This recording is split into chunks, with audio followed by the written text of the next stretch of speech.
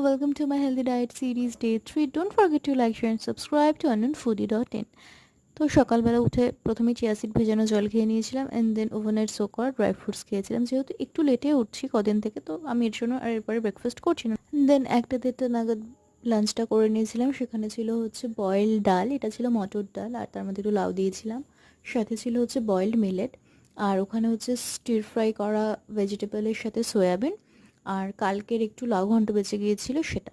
And then বিকেলবেলা স্ন্যাক্সে খেয়েছিলাম রচা চিনি ছাড়া, আর সাথে হচ্ছে ঘুগনি।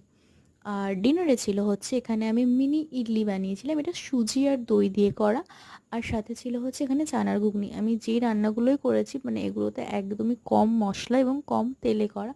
আর আজকে আমার নিরামিষ খাওয়ার দিন, সো আমি কোনো রকম কিন্তু কোনো পেঁয়াজ রসুন ডিম টিম কিচ্ছু খাইনি। দেখা হচ্ছে অন্য কোনো ভিডিওতে। Thanks for watching, by.